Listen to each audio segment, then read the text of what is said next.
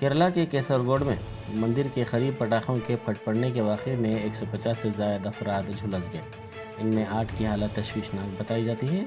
झुलस जाने वाले अफराद को मुख्तलिफ इलाक़ों के हॉस्पिटल्स में मुंतकिल किया गया, जहाँ वो ज़ेर इलाज हैं।